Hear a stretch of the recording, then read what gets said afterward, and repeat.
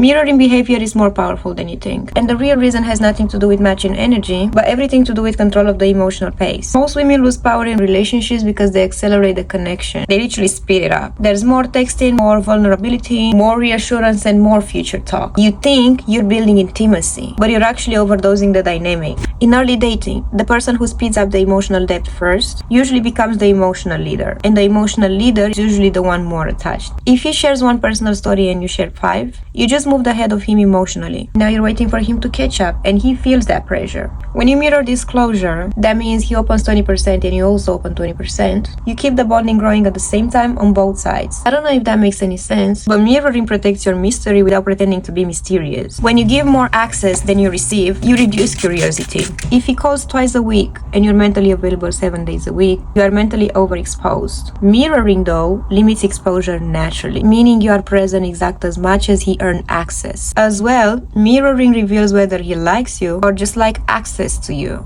A man who likes you will increase effort when he feels slight distance. But a man who wants only the access will enjoy whatever you give and never increase. When you mirror, access becomes conditional on effort, without you ever saying it out loud. And when you don't mirror, you train him. You train him that inconsistency still gets warmth, minimal effort still gets emotional intimacy, and silence still gets reassurance. Humans repeat what works. If low effort still produces high reward, why would he upgrade?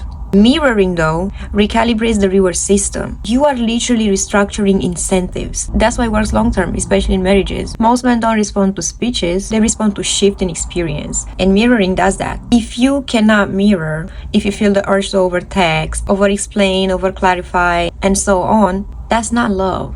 That's fear of losing position. And the last thing I want to clarify about mirroring is that mirroring is not about ego. I really want you to understand that. Mirroring is about preserving attraction, regulating peace, restructuring incentives, as I said, and protecting your emotional equity. It's quiet power, and trust me, we need it. And quiet power is the most dangerous kind.